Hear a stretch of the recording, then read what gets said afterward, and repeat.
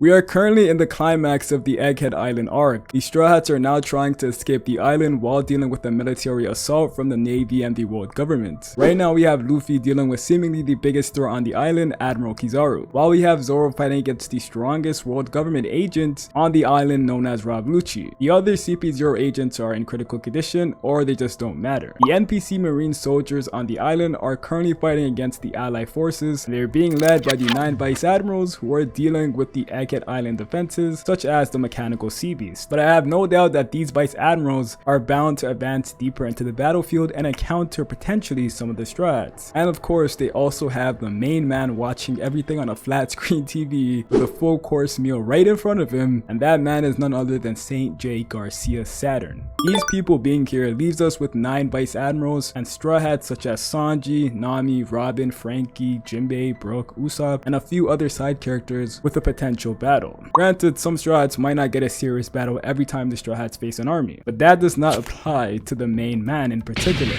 This man is simply too powerful to be sidelined, too intelligent to not be of any use, the most clutch guy in the league, down 2 in the 4th quarter with 2 seconds left, game 7 of the NBA Finals. Pass the ball to this man at half court and he will make that bitch. I'm talking about none other than the man first stated to be the wings of the Pirate King, Blackleg Sanji. If you're new to the channel, if you can subscribe and like the video, I'll love you forever. But I'm especially looking at you guys who come to the channel repeatedly. Shame on you guys. I need you guys to set an example for the new generation and subscribe to the channel. So I'd appreciate all you guys that support the video. But alright, fuck all that monotone shit. I was too passive in the last 2 videos. Way too passive. Everybody's talking shit about my ghost Sanji. Every chapter. You're not ready for what's about to happen. All this shit talking, it's time. It's time to turn up the music and prepare to cope harder. I'm taking a gamble with this video. I could most definitely be wrong, but hey, I love the fever. And the fever is gambling. And gambling is life. I'm sorry for the JJK references for the people who want JJK videos. I'm so sorry. I shouldn't do that to you guys. You guys don't deserve that. But anyway, Sanji is a late bloomer. And what I mean by that is that similar to last arc, he gets stalled and deprived of action early on and comes in clutch near the end. There's examples of this all over the story, but the latest example of this was in Wano twice. Just like how you agenda pushing maniacs are calling him a simp for going to help Bonnie and not turning around to fight the main villain of the arc who's currently fighting the MC, because that makes a lot of sense, right? Uh-oh, retard alert! Retard alert, class! Do you believe in a flying spaghetti monster too, Bubblehead? I wasn't talking about spaghetti. Come on, you're gonna have to sit in the dunce chair. In Wano, the war began. Motherfuckers were fighting gifters, Apu was doing a whole lot on the live stage, Zoro was fighting everybody, while Sanji said, and I quote, "I'm going to go look for prostitutes," which he went to apparently go do, while Nami and them were getting chased by Big Mom and stuff. You come to find out Momonosuke has been captured and was being guarded by King and Queen. At that time, no one was capable of saving Momo, but lo and behold, Raid Suit Stealth Black Sanji, who was invisible, managed to unchain Momo and save him. The man who left to go chase prostitutes was conveniently looking for prostitutes where Momonosuke was being held. The man who was being a punching bag to Black Maria because once again, Sanji's a simp, like you guys like to say, right? Sanji wasting time, getting beat up, and not quote unquote doing anything conveniently led to him catching Zoro, who was on life support, and protected him, bandaged him up, and took him to Chopper. While conveniently him getting stalled by Black Maria led to him saving Chopper right on time and the samurai. My point is, there's a time and place for everything. Sanji may look like he's not contributing or doesn't have his priorities straight, but it all leads to something impactful. It's just a way for Oda to set up Sanji in the right place at the right time. And he uses his character and love for women to mainly do that. And that's what I think he's doing right now with Bonnie claiming he wants to protect her, which will inevitably lead to his altercation with Saturn. First, let's talk about why Saturn will join this battle. I think it's very likely that Saturn must get involved in this battle. I can see this going multiple ways, but it all stems from what I seen last chapter.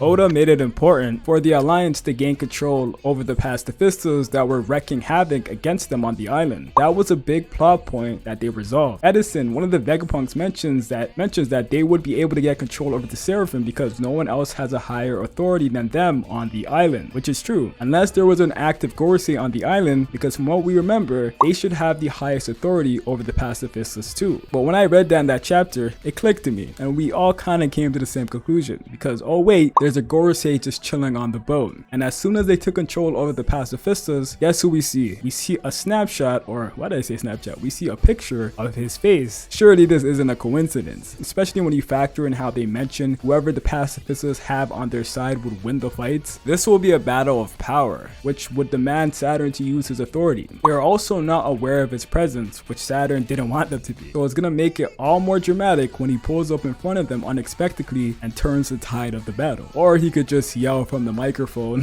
from the boat. Either one works, to be honest. But I also think it's not a coincidence that Saturn was the Gorosei that was sent here. I think it's mainly because of his expertise of him specializing in scientific defense. I feel like it's set up for him to encounter the greatest scientist ever, aka Vegapunk, who's also down there, and a part of the people who took control over the pacifistas. Now, how does this lead to Sanji having an altercation with Saturn? So I already explained how Saturn will make his presence known, either joining the battlefield where Vegapunk is or making an announcement from the boat. Regardless, Sanji should be aware of him because once again, Oda has managed to conveniently have Sanji accompany Vegapunk to take control over the pacifistas because he quote unquote wanted to rescue Bonnie. When the chapter before that, Stussy got fingered by Lucci right in front of him and he did not give a fuck. But now he cares about rescuing Bonnie specifically? Yeah, strange. It's obvious that Oda is using his protectiveness of women as an excuse to position him with Vegapunk. The same Vegapunk who just helped take control over the pacifistas that Saturn just seen them do. Once again, conveniently to the area where Saturn is most likely to show up. Like I explained to you guys earlier, Oda is using Sanji's character to progress the plot. This will lead to Sanji having a fight against Saturn since he's the strongest out the bunch. But that's not all. I also think what could make this more likely is that Sanji's new epithet he gained in Wano as the Warrior of Science, which has direct correlation to Saturn who opposes that, because his epithet is the Warrior God of Scientific Defense. Sanji, whose power comes from science, versus the man who specializes in fighting against it, is what I assume his name means from Scientific Defense. He was sent to this island probably because he's the most equipped to fight off scientific weapons, including what Sanji is, a scientific weapon. There's also this parallel that I seen with Sanji and bulls that also caught my eye, because when we got revealed to the Gorosei being creatures, Saturn's silhouette resembled a bull. We could pretty much make out that he's a bull. There's a cover page of Sanji holding wine while riding a bull. In One Piece chapter 494, I forgot this man's name, but he's a masked man. He pulls up and he's directly looking for Sanji while he's riding a bull. And the man's mask oddly resembles the mask Sanji wore as a kid when he was in prison. And the last nail in the coffin, in a cover page in Egghead Island, the arc that this is going down in, Sanji sends a bull or whatever, a bison, I don't know, they're all pretty much similar. He sent it to send a date invitation to Nami. I love this, by the way. Like, I love Sanji and Nami. Like, I love those two. But yeah, we know Oda is the GOAT at foreshadowing, so there could be something going on with this whole bullshit. And I think if Zoro and Sanji fight the Gorosei in the future, when Luffy's fighting Emu or whatever, this will definitely be Sanji's matchup. I think it's pretty clear. I say the return of Mr. Prince because I don't see this being a full-fledged fight. More of this interaction lasting a short amount of time since they're trying to escape after all. I can see Sanji coming in clutch to stall Saturn or find a way to get Saturn to lose control of the robot. I also think it would be infinitely more cooler if Saturn took control of them on his boat and tries to go back to chilling and eating or whatever. Then you see someone knock on his door and he says, "Who is it?" And then it opens slowly and you just see a silhouette. And then you go cut back to Saturn's face and he's shocked. Then the chapter ends with a cheesy Sanji line and a close-up on his face. Like Mr. Prince all over again. Yo, Oda, man, why the fuck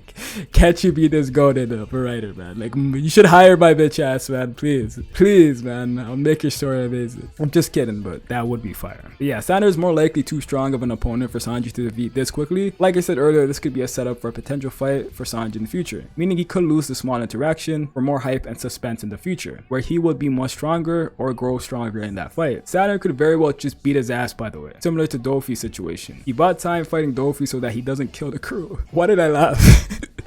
Something clutch he would do against Saturn that ultimately helps the crew escape is my guess, but he's still gonna get his ass beat. Probably. I think it's an entire thing. He'll probably do something cool, then get his ass beat. But it will be for the greater good. But yeah, guys, that's pretty much it. I took a scary gamble with this video, and I hope it pays off next chapter. Preferably Oda, please. Please, man. Oh, just let me be happy. Please, man. Don't make me say this and nothing happens for Sanji and I just look stupid. But yeah, guys, I'll catch you guys in the next video. Peace.